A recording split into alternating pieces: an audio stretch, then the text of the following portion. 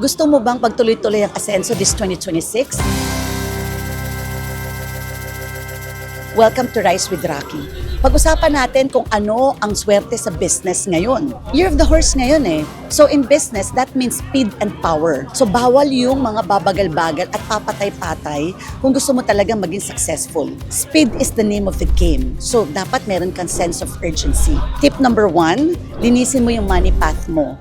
Kailangan alisin mo lahat ng mga pending tasks o mga kalat dyan sa table mo. Because in business, a clear space attracts clear opportunities. So do a reset now. Tip number 2, maging matapang. Ang kabayo, pag tumakbo na yan, dire-diretso na. So bawal yung masyado nag-overthink or nag-a-analyze. Kasi ang swerte, sumasama yan sa taong may aksyon. So pag may naisip kang bagong business idea, sunggaban mo na. Huwag mo nang masyadong patagalin. Tandaan mo, ang swerte, nangyayari yan sa mga taong pinaghihirapan talaga yung ginagawa nila. Tapos, samahan mo pa ng positibong mindset at saka tamang diskarte. Rise and shine. It's about time for you to lead. Ready ka na bang mag-level up? Type Asenso in the comments below kung hindi claim mo na successful ka ngayong taon na to. So, follow me for more life fuel.